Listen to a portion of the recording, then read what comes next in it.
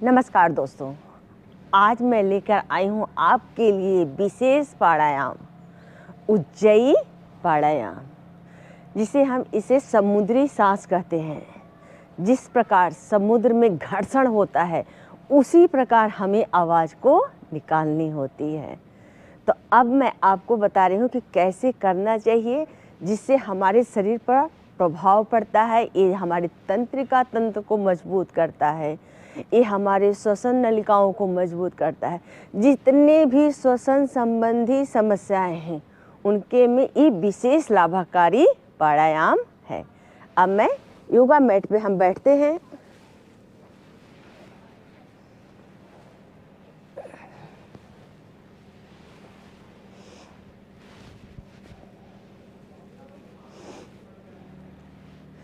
जब भी हम मैट पे बैठते हैं तो हमें सुखासन या अर्ध पद्मासन या पूर्ण पद्मासन हमें लगाना चाहिए। चलिए ये हमारा अर्ध पद्मासन है और ये हमारा पूर्ण पद्मासन हो गया। तो जिन्हें घुटनों में दर्द है, जोड़ों में दर्द है, वो बिल्कुल न लगाएं, वो सुखपूर्वक सुखासन में ही बैठें या अर्ध पद्मासन इस प्रकार से वो लगा लें, तो उनके लिए सूटेबल होगा, ताकि वो काफ़ी देर तक वो बैठ के प्राणायाम को कर सकते हैं। और होता है कि ज्ञान मुद्रा, नॉर्मल हम ऐसे बैठेंगे तो कोई फ़ायदा नहीं होगा। हमें क्या करना है, ज्ञान मुद्रा। ये हमारा ज्ञान मुद्रा हुआ। इस प्रकार से ज्ञान मुद्रा, ये है ज्ञान मुद्रा। और शोल्डर स्ट्रेट, बॉडी हमारी इस प्रकार से। जब भी हम स्टार्ट करें 2 ब्रीदिंग, 2 टाइम्स इनहेल और एक्सहेल हम जरूर करें। तो उज्जयी प्राणायाम, जो बच्चे हकलाते हैं, तुतलाते हैं, जो श्वसन संबंधी समस्याओं को वो झेल रहे हैं, जिन्हें गले में प्रॉब्लम है, उनके लिए ये विशेष लाभकारी प्राणायाम है।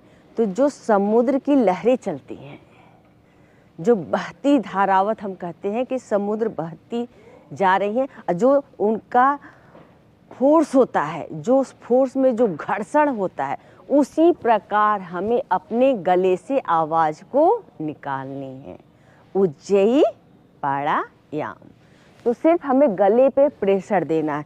जो हमारे चक्र हैं उसको हम खींचेंगे, लेकिन पूरा प्रेशर हमें गले से ही देना है। तो हम स्टार्ट करते हैं इस प्रकार से।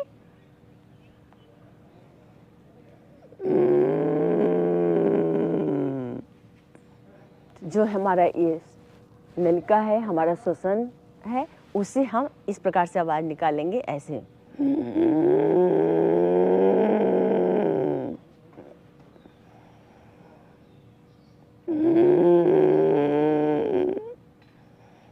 आप सोच रहे हैं कि इनहेल और एक्सहेल कैसे करना है।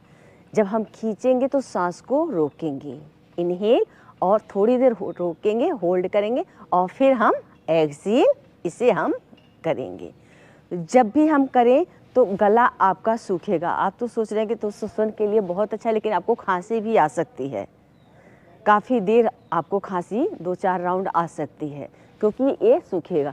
तो इससे जब हम स्टार्ट करें तो हमें गुनगुना जल रखना चाहिए। ये नहीं कि हम पूरे जल को हम पी जाएं, सिर्फ हम घूंट घूंट सिप के बराबर हम थोड़ा थोड़ा लें। उसमें चुटकी भर सेंधा नमक को भी डाल दें जब आप स्टार्टिंग करते हैं। और जिन बच्चों में दिक्कत है, आवाज़ में दिक्कत होती है, तुतला रहे हैं, हकला रहे हैं, या अन्य प्रकार की समस्या, उन्हें आप ज़रूर जल रखें और उनको पिलाएं। और जब भी 2 बार कर लें, थोड़ा सा जल पिलाएं, फिर स्टार्ट कराएं। नहीं तो उन्हें खांसी आ सकती है और दिक्कत हो सकती है गले में। तो इस प्रकार से आप ये सारी सुविधाएं अपने पास रख लें और फिर उस बच्चे को कराएं। और उज्जयी प्राणायाम के साथ साथ आप थोड़ी देर बाद उन्हें शंख भी बजवाएं। शंख आपको डेली बजवाना है। उज्जयी प्राणायाम डेली कराएं। देखिए 1 महीने 15 दिन में आपको फ़र्क पड़ जाएगा उस बच्चे की आवाज़ में। और जिन्हें कोई दिक्कत नहीं है वो डेली करेंगे तो उनका श्वसन तंत्र बिल्कुल स्वस्थ होगा। उन्हें किसी प्रकार की एलर्जी नहीं होगी, किसी प्रकार की कोई समस्याएं नहीं होगी। चलिए स्टार्ट करते हैं हम उज्जयी प्राणायाम इस प्रकार से। आईज क्लोज, ज्ञान केंद्र पे अपने इष्ट का ध्यान करते हुए, सांस को लेते हुए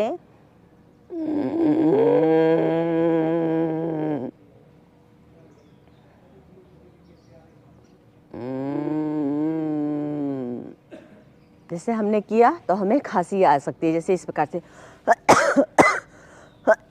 आप सोचेंगे कि खांसी क्यों आ रही है, मैं तो फायदे के लिए किया, लेकिन जब आप करेंगे, बिगनर हैं, तो आपको खांसी ज़रूर आएगी, लेकिन आप डेली प्रैक्टिस कर लेंगे तो आपको कहीं कोई प्रॉब्लम नहीं होगी और आपका श्वसन तंत्र बिल्कुल स्वस्थ होगा और तंत्रिका तंत्र मजबूत होगा।